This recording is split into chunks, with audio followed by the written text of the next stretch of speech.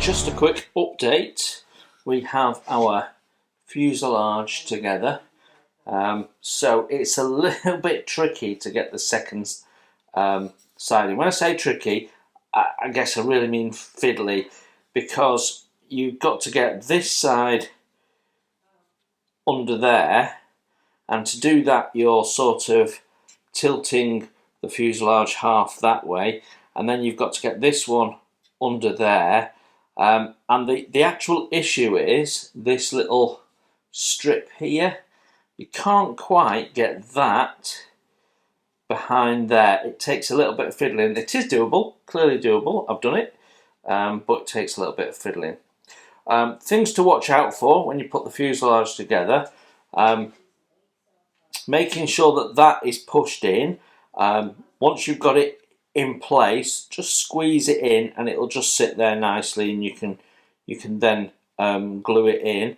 The ejector pin mark here,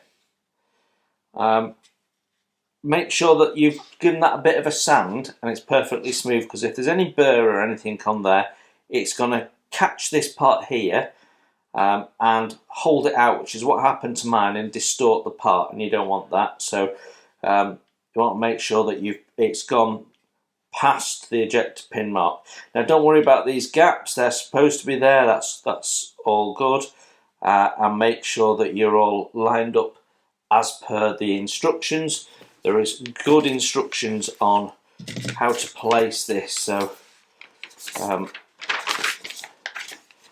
making sure that you've got that lined up properly, and so it's showing you there that that is tucked in, that you've got that lined up with the edge, which we have, and that you've got that pushed right back to that edge, which we have. So the instructions are good and it goes together nicely. I had to put a couple of pegs on the tail piece. The rest of it was glue and hold together. This harder glue, this harder plastic really likes the Tamiya quick setting glue. It works really well with it. So that's our two fuselage halves together.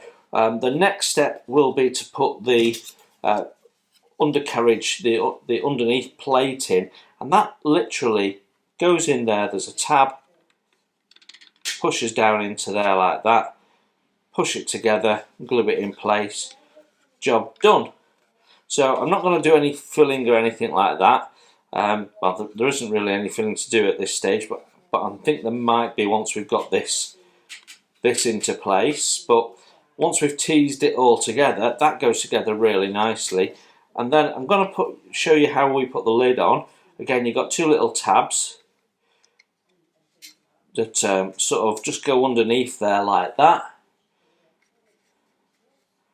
And look at the fit, isn't that lovely? But more interesting is how much of that is visible. So you've got all that glazed, and you've got your canopy there, of which much from my fingertips onwards is visible. We've also got openings in the roof, so you do have light flooding in. On this side, it's slightly different because you've got the door which goes in there. But yeah, you're gonna see plenty of the insides of this, so it's worth spending that time getting those insides really nice. So yeah, that is where we're up to so far. Looking good.